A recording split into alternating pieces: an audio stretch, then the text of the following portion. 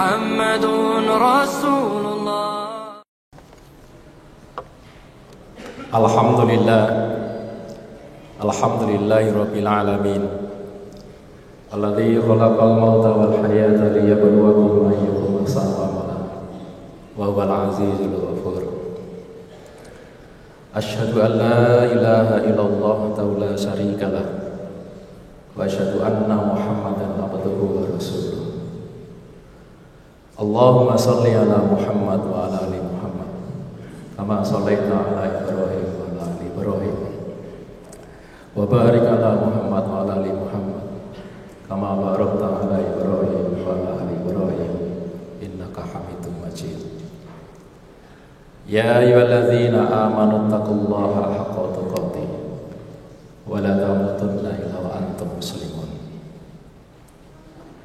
Ya ayyuhan nasu taqu rabbakum alladzi khalaqakum min nafsin wahidah wa khalaqa minha zawjaha wa batha minhuma rijalan katsiran wa nisaa wattaqullaha alladzi tasaaluna bihi wal arham innallaha kana 'alaikum raqiba.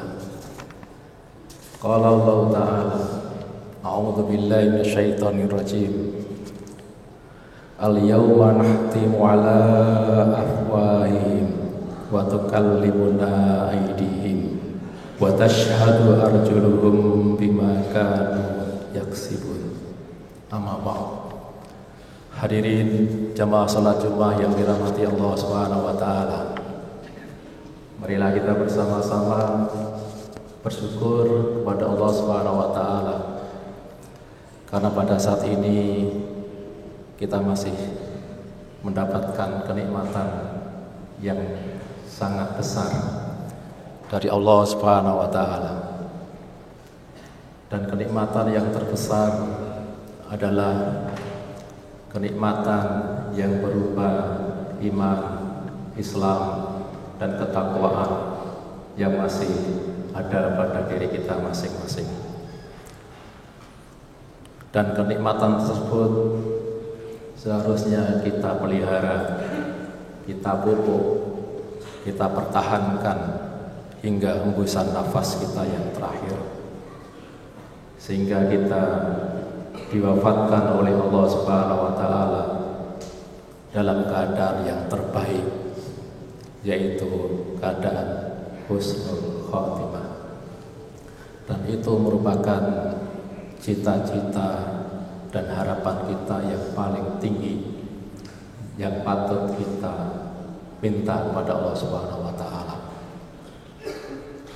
Dan juga marilah kita selalu bersolawat kepada Nabi kita Muhammad sallallahu alaihi wasallam. Semoga kita termasuk umat beliau yang bisa meneladani beliau, bisa mengambil contoh dari beliau dalam kehidupan sehari-hari. Dan yang paling utama adalah kita bisa membersamai beliau Nabi Muhammad SAW nanti di surga yang paling tinggi di sisi Allah Subhanahu wa taala, bersama dengan orang-orang yang kita cintai, bersama dengan ibu kita, bersama dengan ayah kita, bersama dengan anak istri kita. Kita kumpul kembali di surganya Allah Subhanahu wa taala, surga yang tertinggi, bersama Nabi kita Muhammad sallallahu alaihi wasallam. Dan itu merupakan seharusnya cita-cita kita yang tertinggi. Hadirin yang dirahmati Allah Subhanahu wa taala, juga sebagai pengingat buat kita semuanya bahwa hidup di dunia ini adalah sementara. Waktunya sangat cepat, yang sebentar lagi akan kita tinggalkan. Kapan, di mana, kita tidak tahu. Kita akan dipanggil oleh Allah Subhanahu wa taala. Namun yang kita persiapkan adalah kematian yang terbaik kita, yaitu dengan memperbanyak amal soleh dan juga memperbanyak mohon ampun kepada Allah Subhanahu wa Ta'ala. Karena sungguh apapun yang kita miliki di dunia ini, harta kekayaan, kedudukan jabatan, semuanya itu akan kita tinggalkan, dan yang akan kita bawa adalah amal soleh. Dan ketika kita sudah diwafatkan oleh Allah Subhanahu wa Ta'ala, paling tidak hanya dua hal utama yang kita butuhkan, yaitu diterimanya amal dan diampuninya dosa-dosa kita. Kita semoga termasuk orang-orang yang diterima amalnya, diampuni semua dosa-dosanya. Amin, Allahumma amin. Hadirin jamaah salat Jumat yang dirahmati Allah Subhanahu wa Ta'ala. Dalam kehidupan kita sehari-hari sudah diberitakan di berbagai media, baik itu koran cetak maupun elektronik, di media sosial dan lain sebagainya, bahwa sekarang ini banyak sekali berseliweran terkait dengan berita adanya seseorang yang melakukan kejahatan, baik itu kejahatan yang berupa pembunuhan, narkotika, penipuan atau korupsi, pencurian dan lain sebagainya. Dari peristiwa-peristiwa kejahatan yang dilakukan manusia itu kemudian diakhiri dengan adanya beberapa hal. Yang pertama, dia bisa terjerat hukum, kemudian dia dipidana. Namun ada juga orang yang bebas dari hukum manusia, kemudian dia lepas dari hukum manusia. Itu boleh jadi dikarenakan karena pengaruh jabatannya, pengaruh kedudukannya di dunia.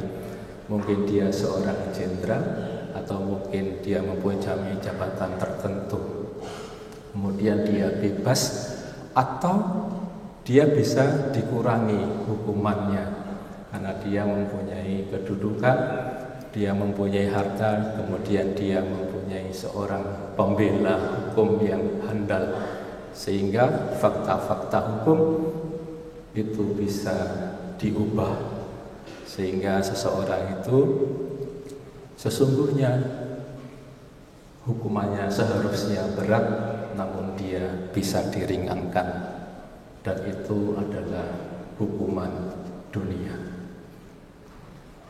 Ada seseorang yang melakukan pembunuhan, dia lakukan sendiri, dia rencanakan sendiri, namun kemudian di pengadilan manusia, pengadilan dunia, dia kemudian mencari kambing hitam, entah itu anak buahnya, entah itu masyarakat yang lainnya.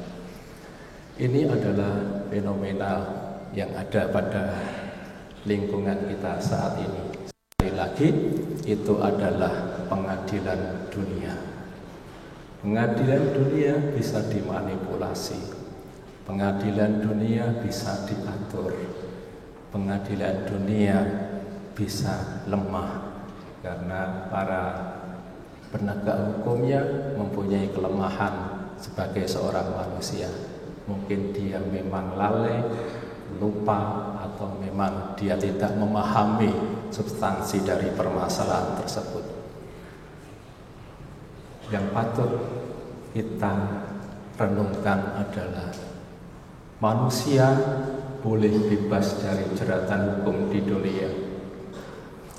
Manusia boleh saja dia akan diringankan karena dia mempunyai kekuasaan. Yang patut saya sampaikan di mimbar yang mulia ini bahwa nanti ada satu saat, satu ketika Allah itu menggelar pengadilan akhirat. di mana pengadilan akhirat itu akan digelar oleh Allah Subhanahu wa taala dengan seadil-adilnya dan objektif menurut Allah Subhanahu wa taala, dan kita semuanya tidak bisa menghindar apa yang disebut dengan pengadilannya Allah Subhanahu wa taala. Isma sita fa innaka mayit. Silahkan kalian berbuat seenaknya sendiri di dunia. Silahkan kalian membuat persekongkolan. Silahkan berbuat jahat kepada orang lain. Namun ingat, kalian pasti akan mati.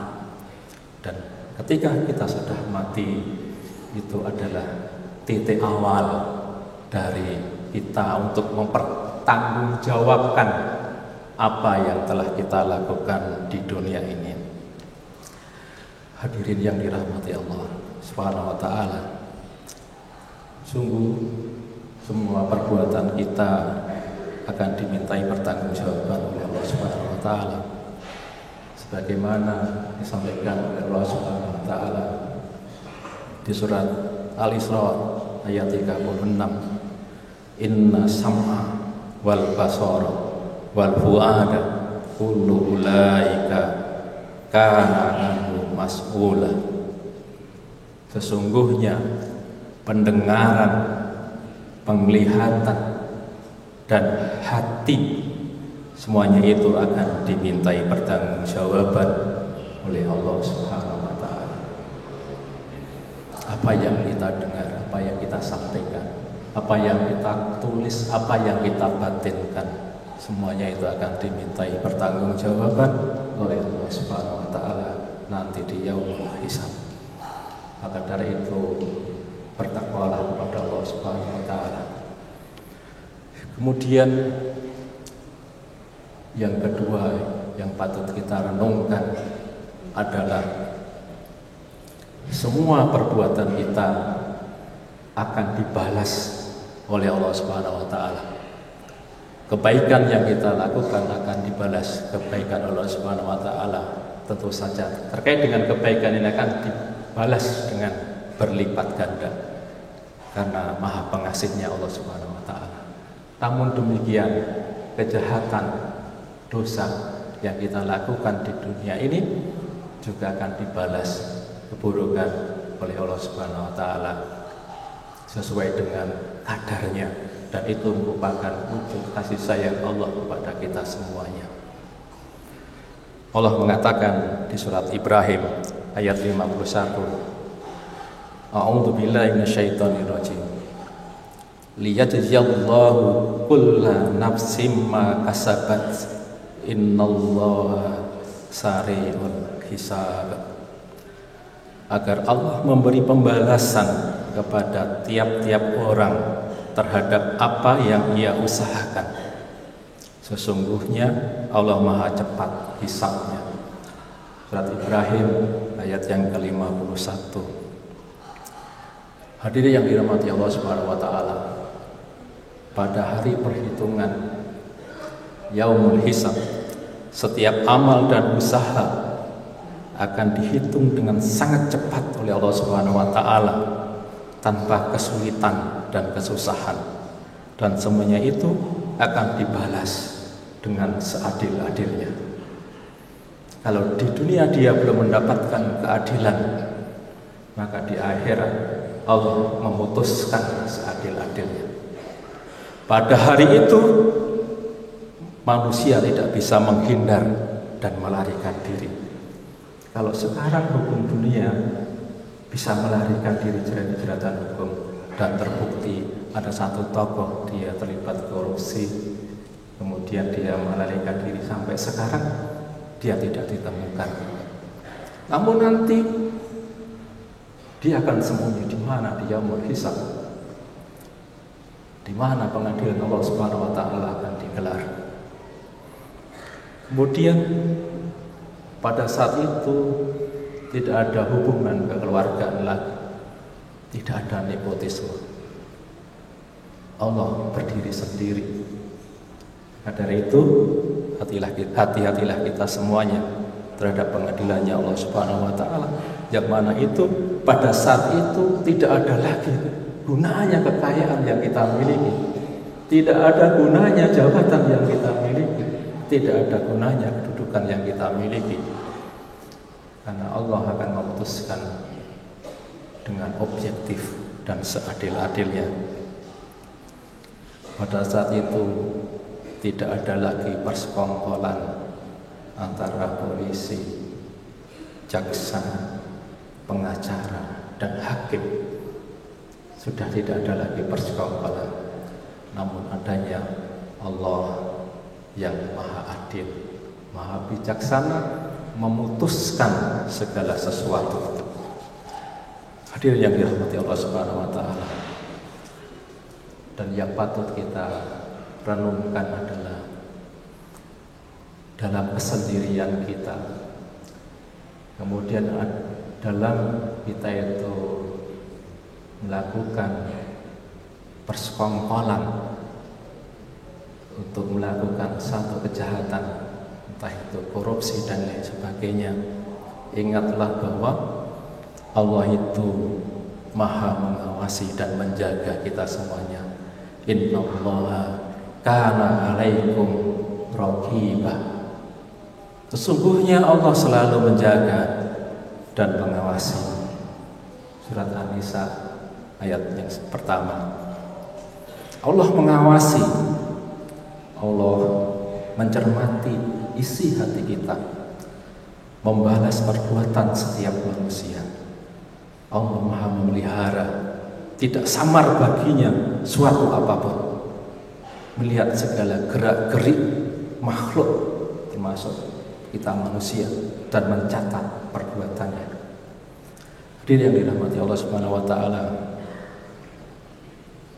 dan yang harus kita renungkan bahwa di pengadilannya Allah Subhanahu wa taala itu yang menjadi saksi adalah anggota badan kita sendiri. Kalau di pengadilan dunia, saksi adalah makhluk manusia yang dia bisa lupa, ada keterbatasannya. Namun nanti di akhirat yang menjadi saksi ketika pengadilan manusia digelar itu adalah tubuh kita masing-masing. Tangan kita bersaksi, kaki kita bersaksi, mulut kita ditutup oleh Allah Subhanahu wa taala. Dan pada saat itu makhluk yang namanya manusia itu ada dua hal. Yang pertama, dia gembira karena amal solehnya disaksikan oleh tubuhnya sendiri. Namun yang kedua, orang itu akan tertunduk malu dan ketakutan. Karena apa? Kejahatannya, aibnya dibuka sendiri oleh tangannya, oleh kakinya sendiri. Sebagaimana Allah telah menyampaikan di surat Yasin ayat yang ke-65. A'udzubillahi minasyaitonir rajim. Al-yauma nahtimu ala afwahihim wa tukallimuna aydihim wa tashhadu arjuluhum bima kanu yaksibun. Pada hari ini kami tutup mulut mereka dan berkatalah kepada kami tangan mereka, dan memberi kesaksian kaki mereka terhadap apa yang dahulu mereka usahakan. Hadirin yang dirahmati Allah Subhanahu wa taala, berhati-hatilah terhadap apa yang kita lakukan di dunia ini. Boleh jadi manusia akan terbebas dari hukuman dunia, tapi ingat, nanti di akhirat, di yaumul hisab, tangan kita akan berbicara, kaki kita akan berbicara, dan itu dia akan berbicara sebenar-benarnya, sejujur-jujurnya, tidak ada tekanan, tidak ada manipulasi, dan tidak ada persekongkolan.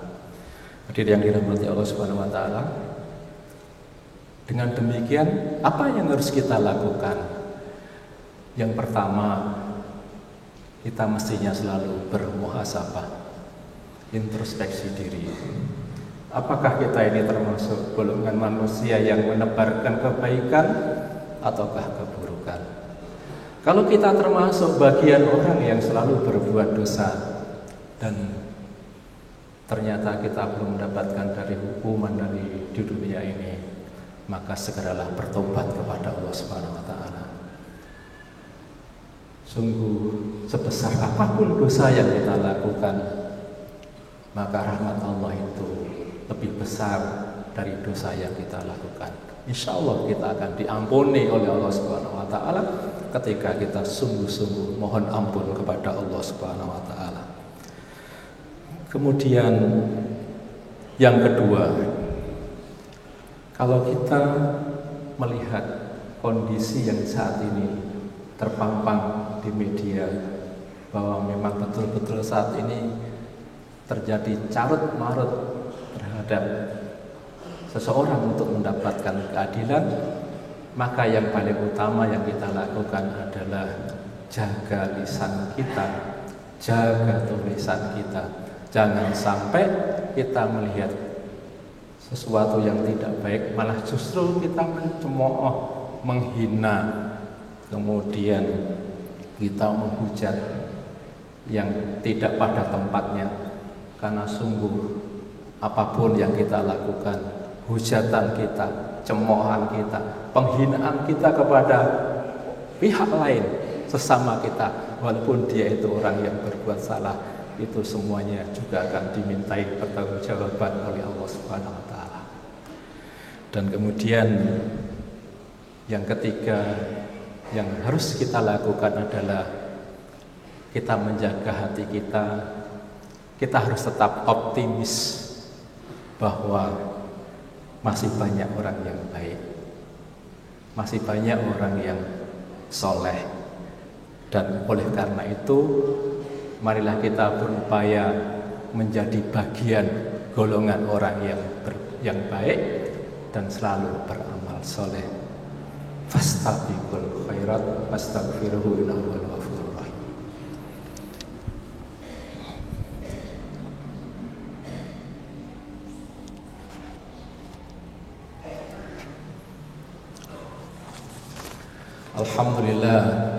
Alhamdulillahirabbil alamin.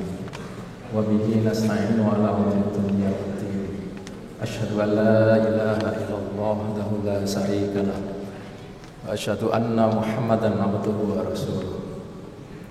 Allahumma shalli ala Muhammad wa ala ali Muhammad. Ya ayyuhalladzina amanu taqullaha haqqa tuqatih wa la tamutunna illa wa antum muslimun. Hadirin yang dirahmati Allah Subhanahu wa taala, kembali saya mengingatkan kepada jemaah sekalian dan juga saya sendiri, bertakwalah kepada Allah Subhanahu wa taala. Karena sungguh derajat ketakwaan itu akan menjadi parameter kemuliaan di hadapan Allah Subhanahu wa taala. Inna akramakum indallahi atqakum.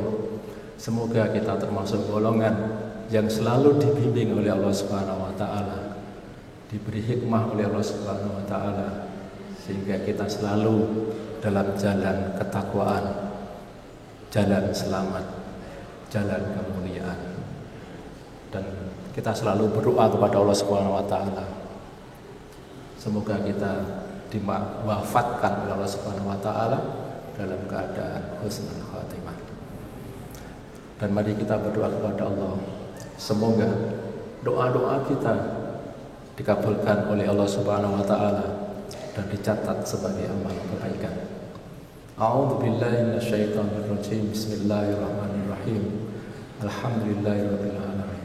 Allahumma shalli ala Muhammad wa ala ali Muhammad. Allahumma ighfir lil muslimina wal muslimat wal mu'minina wal mu'minat al ahya'i minhum wal amwat. Rabbana dzalamna anfusana wa illam taghfir lana wa tarhamna lanakunanna minal khasirin. Allahumma inna nas'alukal huda wat tuqa wal afafa wal ghina Allahumma inna nas'aluka ilman nafi'a wa rizqan thayyiban wa amalan mutaqabbala. Allahumma ij'al auladana auladan salihin hafidhina lil Qur'ani wa sunnati faqaha fid dini mubarakan hayatuhum fid dunya wal akhirah. Ya Allah ya Rahman ya Rahim, ampunilah salah dan dosa kami, ampunilah salah dan dosa kedua orang tua kami ya Allah. Tinggikanlah derajat orang tua kami di sisi-Mu ya Allah, derajat yang tertinggi bersama para nabi dan rasul. Rahmatilah, berkailah kedua orang tua kami ya Allah. Rabbana atina fid dunya hasanah wa fil akhirati hasanah wa qina adzabannar. Walhamdulillahi rabbil alamin. Sallallahu alaihi Muhammad. Qimissalah. La ilaha illallah Muhammadun Rasulullah.